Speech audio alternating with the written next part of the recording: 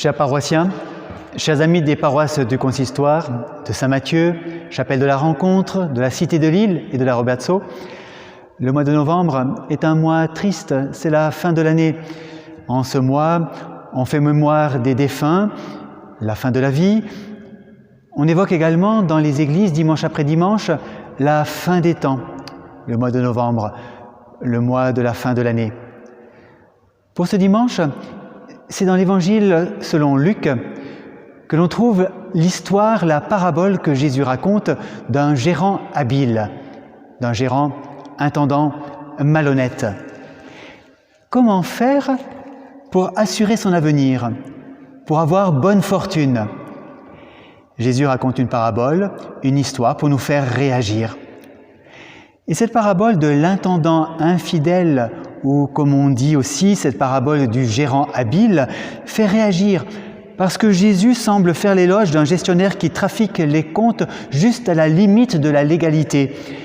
Étonnant et déroutant de la part de Jésus que l'on connaît d'habitude, plus exigeant quant à la probité de ses disciples. Ici, dans l'Évangile, Jésus soupire. Il voudrait qu'on réagisse, mais on réagit si peu. Alors il nous raconte cette histoire d'un gérant malhonnête qui serait pourtant exemplaire, un exemple à suivre. Il nous montre un gestionnaire acculé, mais pas sans ressources. Cet intendant des biens d'un seigneur a été accusé, à tort ou à raison. On lui reproche de dissiper la fortune qui lui a été confiée. Il est pratiquement accusé de vol.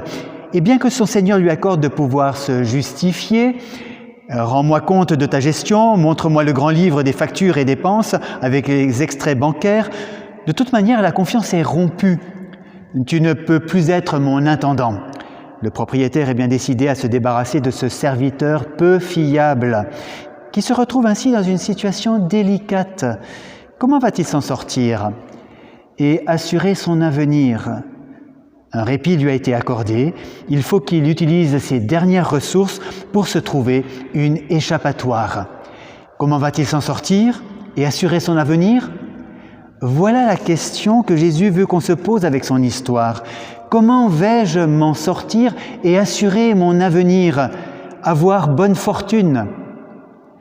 Jésus soupire. Il voudrait qu'on réagisse. Tant d'ingéniosité pour des questions d'argent, l'argent trompeur comme il dit, et il lui donne un nom à cet argent, le nom d'un démon, Mammon.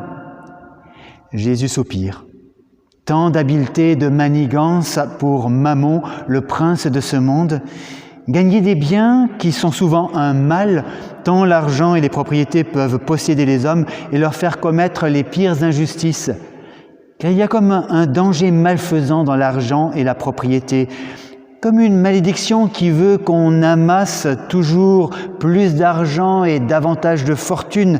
C'est comme si les possessions vous possédaient, l'argent et la fortune comme un démon qui vous possède et vous pousse à faire ce qui n'est pas tolérable. Voilà comment Jésus voudrait nous faire réagir. L'éloge qu'il fait du gérant habile ne vise pas la ruse astucieuse et l'insolence de l'escroc, mais l'audace déterminée qui le fait exploiter au maximum le temps présent qui lui reste pour s'assurer un avenir. Et comment fait-il pour s'assurer un avenir? L'intendant injuste se fait des amis, qui le prendront en charge lorsque le patron l'aura licencié. Jésus soupire. Il voudrait tellement que ses disciples se donnent autant de mal et qu'ils se fassent eux aussi des amis avec les biens de ce monde, avec l'argent. Oui, avec les biens de ce monde et avec l'argent se faire des amis. C'est dire que le démon de l'argent et de la possession peut être maîtrisé. On n'est pas fatalement possédé par Mammon. Le démon peut être lié, maîtrisé et utilisé pour le bien. Alors, les biens de ce monde sont vraiment des biens pour le bien de ce monde, pour le bien des humains de ce monde, les biens de ce monde. Vendez vos biens et faites l'aumône, vous vous ferez ainsi des bourses qui ne s'usent pas, un trésor inépuisable dans les cieux, là où le voleur n'approche pas, où la mythe ne détruit pas, car là où est votre trésor, là aussi sera votre cœur. Restez en tenue de service, votre ceinture autour des reins et vos lampes allumées. Soyez comme des gens de maison qui attendent leur maître à son retour des noces, pour lui ouvrir dès qu'il arrivera et frappera à la porte. Heureux ces serviteurs-là que le maître, à son arrivée, trouvera en train de veiller. Amen, je vous le dis, c'est lui qui, la ceinture autour des reins, les fera prendre place à table et passera pour les servir. Voilà comment on maîtrise l'argent. Voilà comment on assure son avenir. Un avenir jusque dans le royaume de Dieu. On se met au service des autres par son argent, par son travail, par sa fortune. Le jour où l'argent viendra à manquer et qu'il aura disparu, comme l'annonce ici Jésus, c'est-à-dire à la fin de toute propriété terrestre, viendront des gens qui nous recevront dans les demeures éternelles, des gens qui nous seront des amis.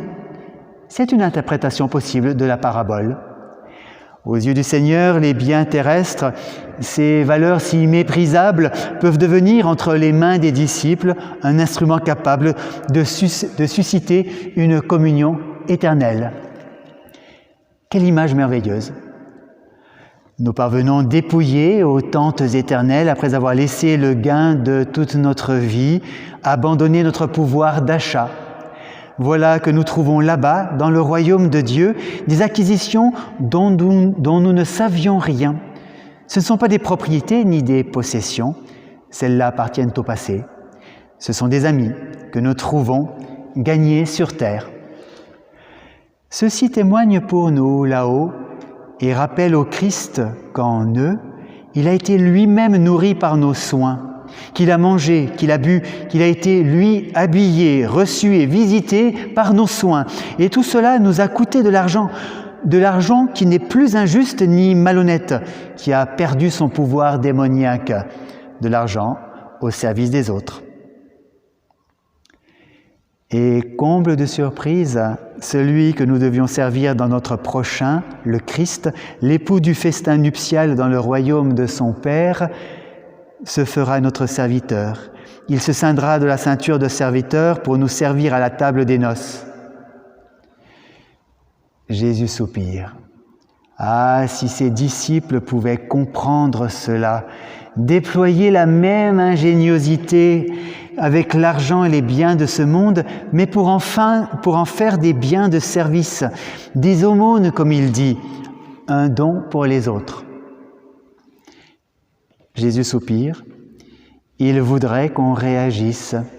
Il voudrait des gérants habiles, lui aussi, des gérants aussi avisés que ceux de Mammon, des serviteurs au service non pas de leur propre bien, mais du bien d'autrui. Voilà les disciples dignes de confiance, fiables et fidèles, les gérants véritablement habiles et avisés du royaume de Dieu, qui s'assurent leur avenir et leur bonne fortune.